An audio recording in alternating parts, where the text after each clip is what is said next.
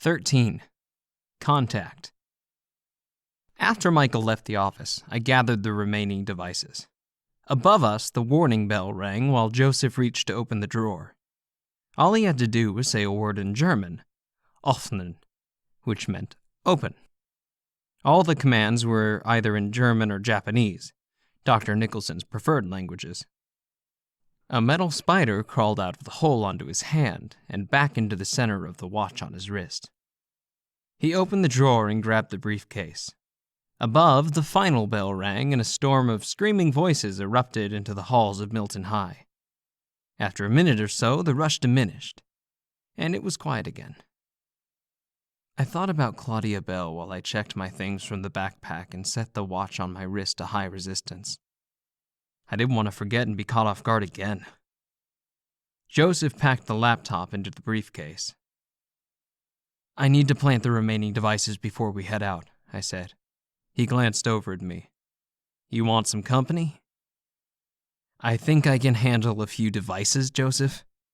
"That's not the point. What should I do while you're gone?" "I don't know, principal stuff?" He crossed his arms and leaned back in the chair. I walked towards the door, stopped halfway, and lowered my head. "Come on, then. Let's get going," I said. "If you get us stopped, I'm not waiting on you, Joseph. I'm going to pretend I don't know you and keep moving." "Not a chance, hotshot," he said, grabbing his coat off the back of his seat. Just like me, Joseph hated desk jobs. Sure, his job involved a lot of paperwork, but that shit was boring. Before me, he did a lot more desk work. He trained a lot on the field, but he was more like a personal assistant for a scientist of some sort. We exited through the main office. Mrs. Wallace was packing up her things and getting ready to leave. "Dr. Mueller, is there anything else you need before I go?" I didn't stop. Joseph had no choice. I didn't give him a chance to say anything as I walked out and left him to talk to Mrs. Wallace. He would catch up. I grinned as I walked into the hall. I swung the backpack over my shoulder and started walking towards the cafeteria. The hall extended far ahead of me. The dial hands on my watch began to turn slightly in one direction. Patterns were not moving like a normal watch, but turning faster and faster, as if the thing had busted again. But it was just reading the energies around, sensing them out, detecting, retrieving, the same way a hunter did. I stopped walking just a little past the stairwell to my left. A tiny light on the watch panel began to blink and the hands of the watch stopped at the same indicator. Another part of the watch dissolved, and beneath the first layer of the head was a reading indicator, different from the appearance of a normal watch head. If anyone was looking at it, it just appeared to be a fancy watch. The watch hands began to move again, indicating the direction of the disturbance. Immediately, I leapt into the stairwell as it began to move again. The indicators had gone off on the second floor of the school. I neared the upstairs floor, backpack over my shoulder. The watch was moving rapidly at the indication of some sort of energy. My first idea was that Claudia had set it off since she damaged the watch the first time we'd met. But if Michael was gone, then so was she. But that couldn't explain why the indicators set on the second floor were going off. Those were there to read alien life forms, not mind-benders. I still wasn't sure what category Claudia fell in, but the high frequency of energy coming from her still couldn't set off the devices. I reached into the backpack and the cold metal of the Desert Eagle wrapped around my slender fingers. Did I really need it, though? I gripped it. The hard steel filled my full palm and I began lifting it from the inside of the backpack. I quickly placed it back. Maintaining secrecy is of the highest priority. Dr. Nicholson's words echoed in my head. Of course, my first reaction was to ignore such things. What did it matter? But Dr. Nicholson's voice mocked me from inside my head, ordering me to play the part, meaning at this point no weapons were to be used, at least not here. I lowered the Desert Eagle back into its secure position within my backpack and reached for the only thing that could lead me to the alien's location. I dropped the backpack on the ground and moved slowly. The watch hands were moving rapidly. I came out onto the hall. Above, the circular devices were blinking slightly. No human or animal could have activated the devices. It didn't work like that. There was some relief in me. The mission would end once I found what Dr. Nicholson was looking for. A powerful sensation tugged at me, sending chills up my spine. I wasn't ready to leave Miss Bell yet. A force I hadn't been aware I possessed surged to life whenever I was around her. It distracted and confused me because it was also a part of me, a missing section of myself I couldn't understand. But this other force was unlike Claudia's energy. It didn't want to connect. It was confused and angry. Very, very angry. It wanted vengeance. The hands on the watch stopped suddenly in one area of the head, but it seemed like something was tugging at it. Beneath the top layer of the watch, colors swirled first, a pale yellow, then pale blue. These were indicators of an energy growing darker with each of my steps. I stood in the same area where I had planted the devices. The watch was now a dark shade of blue. I had never known this to be one of the watch's purposes. I moved to my left, but the watch color seemed to fade slightly. I came back in the other direction and the head darkened. I moved toward the opposite direction and it began to fade again. If left or right wasn't the way, then the hall facing me was the correct direction. I came back to stand at the entrance of the stairwell facing the hall before me. At once a sensation raced up my arm. A web of hatred engulfed me, hitting me right in the center of my chest. The watch hands went wild, flipping and turning in every direction. The force was moving so fast it couldn't keep up. I fell back against the wall. It sounded crazy, but as I stood there, the sensation crawled up my skin once again. The same dread. The same foreign element. Alien. It wasn't the mere sensation, but the overall, overwhelming feeling of a connection. It became clear that I knew whatever this alien creature was as I knew Claudia Bell. Regaining my composure, I reached toward the dial of my watch. My only defense was not the Desert Eagle tucked tightly away, but a compartment of the watch. I moved the dial on the watch rapidly like I was winding it up. Out came a metal spider.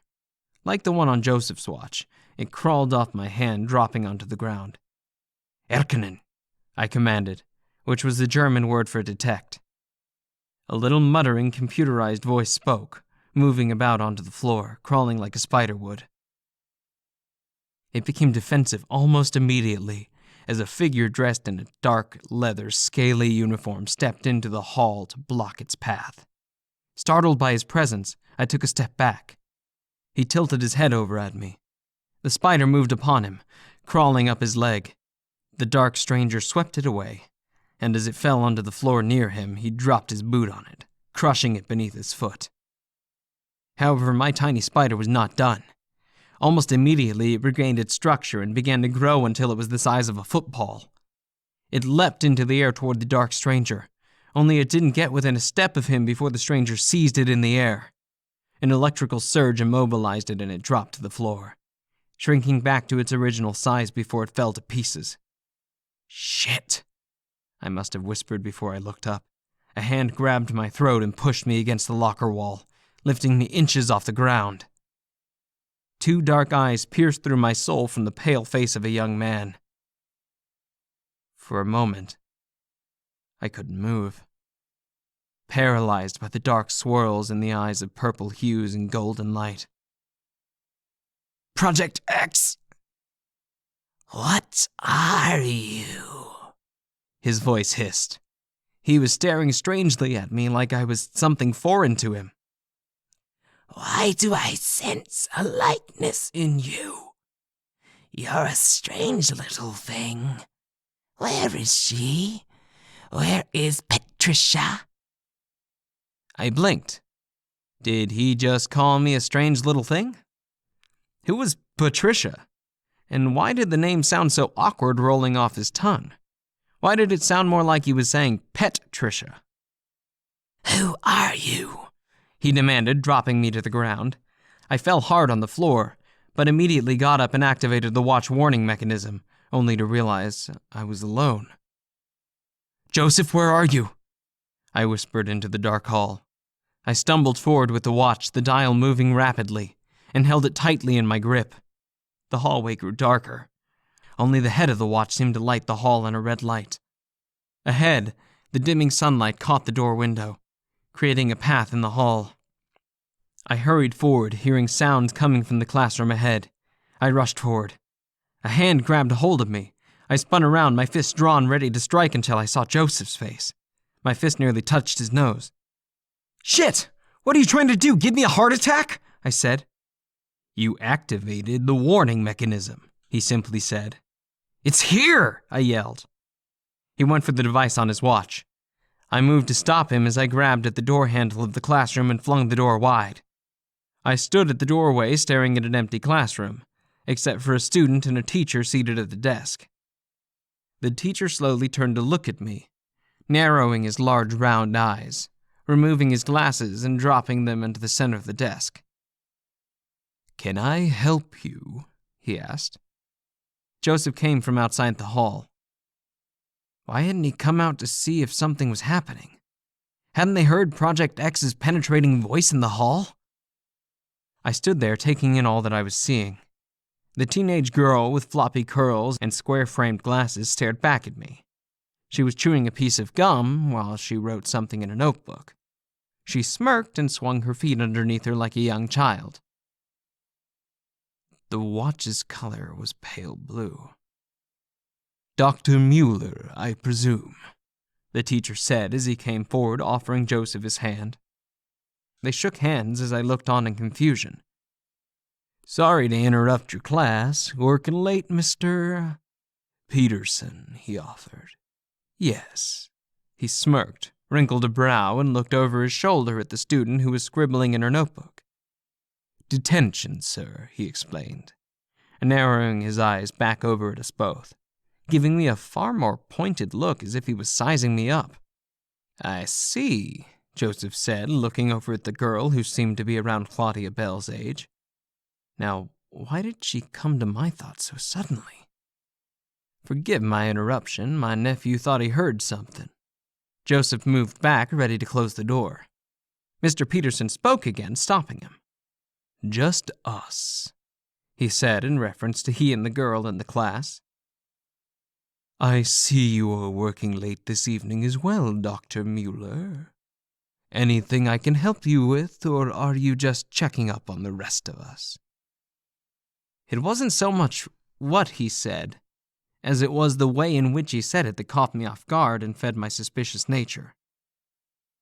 I examined the man's smiling eyes and thought I saw a crease of familiarity.